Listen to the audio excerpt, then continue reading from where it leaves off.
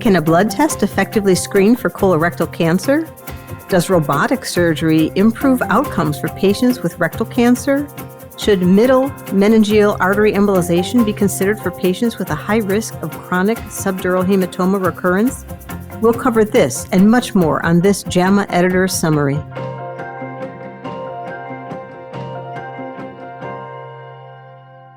Hello, and welcome to our listeners around the world.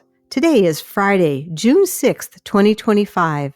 I'm JAMA Deputy Editor Dr. Linda Brubaker, sitting in for Dr. Kirsten Bibbins-Domingo, the Editor-in-Chief for JAMA and the JAMA Network.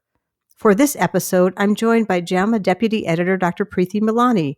Hey Preeti, let's get started. Hi Linda. First up is a cross-sectional study that evaluates a blood test to screen for colorectal cancer. Dr. Shawkat and colleagues studied the clinical performance of a circulating tumor DNA-based blood test in individuals with average risk for colorectal cancer. Colonoscopy was used as the reference standard. The investigators reported that the test had an almost 80% sensitivity for colorectal cancer and just over 90% specificity for advanced colorectal neoplasia. Dr. Dominitz and colleagues contributed a thoughtful editorial for this article. They note that colorectal cancer remains the second leading cause of cancer deaths, and many of those deaths could be avoided with increased screening. But screening rates remain low, possibly because patients are reluctant to get colonoscopies or do fecal occult blood tests. The editorialists say that although blood tests for colorectal cancer could greatly increase screening rates, they advise caution because screening by blood tests is less effective. An increase in the number of screens by blood tests might actually increase deaths if fewer people have the more effective traditional screening. There's also a clinical trial about two laparoscopic approaches for treating middle and low rectal cancer, conventional laparoscopy versus robotic-assisted laparoscopy. Dr. Fang and colleagues compared the 3-year loco-regional rectal cancer recurrence rate for patients who were randomized to one or the other surgical technique. Participants randomly assigned to the robotic technique had lower rates of 3-year recurrence and superior functional outcomes compared with those patients who underwent surgery using the conventional laparoscopic approach. In their editorial, Dr. Kim and colleagues write about the novelty of this trial as the first and largest trial to find that the robotic technique offers superior, longer-term outcomes compared with the conventional laparoscopic technique for surgery in patients with rectal cancer.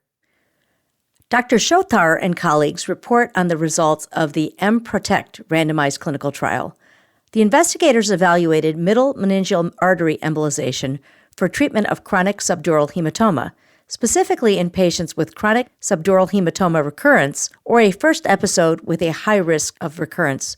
Participants were randomly assigned to standard medical care versus middle meningeal artery embolization within 7 days of burr hole surgeries for chronic subdural hematoma or a chronic subdural hematoma recurrence. The investigators reported that embolization did not lead to significantly lower recurrence at 6 months compared with standard medical care alone. JAMA published several research letters this week. Dr. Erith Bropel and colleagues tested samples from 11 popular e-cigarette brands for neotame, a high-intensity artificial sweetener to improve palatability. They detected neotame in 57 of 73 tested e-cigarettes and advocate for more information on the safety of this substance, especially when heated and vaporized in e-cigarettes. Thanks, Linda. It's interesting to learn more about the concerns with e-cigarettes. And let's return to the topic of colorectal cancer screening.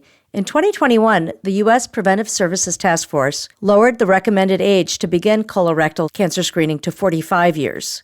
Dr. Lee and colleagues published a research letter that explores colorectal neoplasia yields using this recommended lower age for screening compared with older adults aged 50 to 54 years in a Northern California population. The authors reported that rates of neoplasia detection were mostly similar between the age groups. In another timely JAMA research letter, Dr. Dong and colleagues reported on the U.S. vaccination landscape using county-level 2-dose MMR vaccination rates for kindergartners across the U.S. They reported a widespread decline in MMR vaccination rates following the COVID-19 pandemic, and describes significant heterogeneity in vaccination patterns within and across states.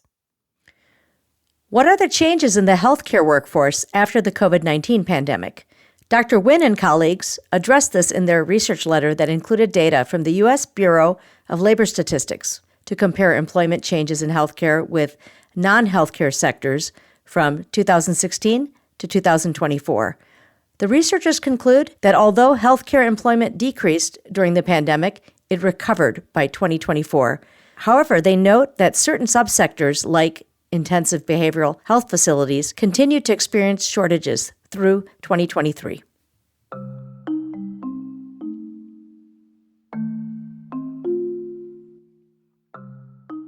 JAMA published some great viewpoints this week. Dr. Simon and colleagues advocate for the creation of a medical device label database. They propose that the FDA could provide this valuable resource to the public by posting information about a device after it is authorized. And in a thoughtful viewpoint, Dr. Swick reflects on the 10th anniversary of human germline genome editing, including current issues, new interventions, and controversies. It's so interesting to reflect on the changes over the past decade. JAMA also published a viewpoint by Dr. Prasad and colleagues on a more recent change, the pause of the live attenuated chikungunya vaccine. This coordinated effort by the FDA and CDC was initiated after multiple reports of serious adverse events occurred in adults over 60 years.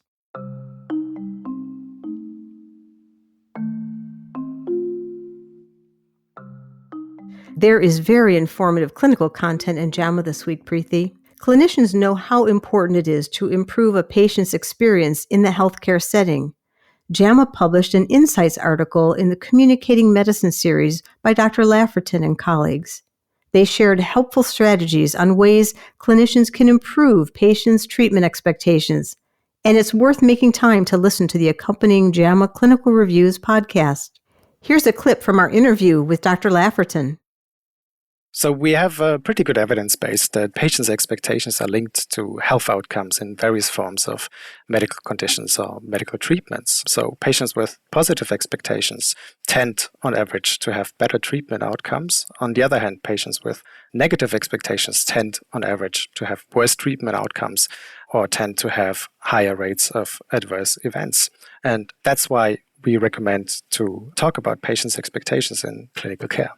And beyond the healthcare setting, other aspects of the environment can affect human health. In the JAMA Climate Change and Health series, Dr. Samanza and colleagues contributed a JAMA Insights article describing the impact of increasing sea surface temperature, harmful algae blooms, and more changes to marine biology for human health. We invite you to read the latest JAMA medical news at jamamedicalnews.com or click the link in the show notes to find the latest articles in clinical medicine, biomedical research, public health, and health policy written and researched by our outstanding JAMA Medical News team. Thanks, Preeti. So many timely updates. Thank you for tuning in to hear what's new this week at JAMA. These highlights were brought to you by Dr. Preeti Malani and me, Dr. Linda Brubaker. This episode was produced by Shelley Steffens and Dr. Krista Roberts at the JAMA Network. A link to this JAMA content can be found in the episode's show notes.